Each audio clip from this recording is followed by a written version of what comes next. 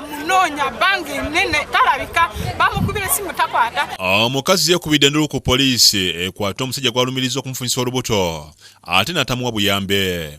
Akoth Harriet atuse ne poliisi ku kanisa Evangelical Church ekitintale.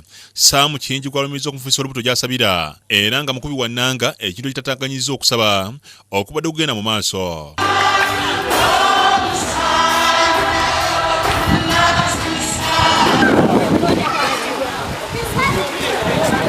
Alumiriza nti Kingi yamukwalira ku luguudo lwa Nassa n'amulimba nga batalina mukazi ne batandika omukwano sako n'okuzimba ennyumba nga bali bombi. Nsanga gankola mu kibuga Nassa Road nangwana nanjayo mu nyumba bane nepangisiza nanteeka mu muzigo nga tuli ffenna ababiri twambala ne tufuna sente ne tugula plot we twagula plot ne tuzimba ennyumba we twazimba ennyumba ne tugula piki. Wabula Kingi oluvannyuma yamutegeeza Katonda bwe yali amulabikidde n'amulaga nti Akoth si ye mukyalo omutuufu bw'atyo n'amugoba awatali kumukkiriza okukwata ku bintu bya mu nju era n'ajingizaamu gw'agamba nti ye mukyala mukulu gw'alina okuba naye era nga ye mutuufu. Nakeera ku makya n'aŋŋamba Katonda yayogedde naye nze si mukyala we akamumaba ne mugamba siva wano mwalabye obuyayi bw'abalokole Katonda yayogedde naye oluvannyuma tumumaze okuzimba n'akufunyise n'olubuto Katonda yayogedde naye yali musanze wano ye Katonda batayambadde ajambuulira. Akoth ayongerako nti talina wasula kyokka ng'aludde ng'akubira Kingi essimu ng'amubuzaabuza sako n'abakulira ekkanisa eno obutamuyamba.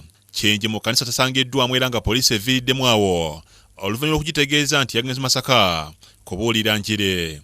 Abamu ku bakkiriza bavumiridde ekikolwa kya Kingi kyokka ne bagamba nti ensonga zandibadde zigwera mu kyaki wabula si ku poliisi. N'abatamwagala n'amuyambye at least kyakisingako ekyo. Omusajja muzannya nnyo ku bakazi. Omusajja bamukwate temuteekamu kanisa mukwate omuntu nga ye kubanga ne mu kanisa mubaamu endiga ezaabula. Mumukwate tumuwe amagezi tumutwala ali ku kkooti amusasule by force oba yagaba teyagala. Atagala n'olubuto.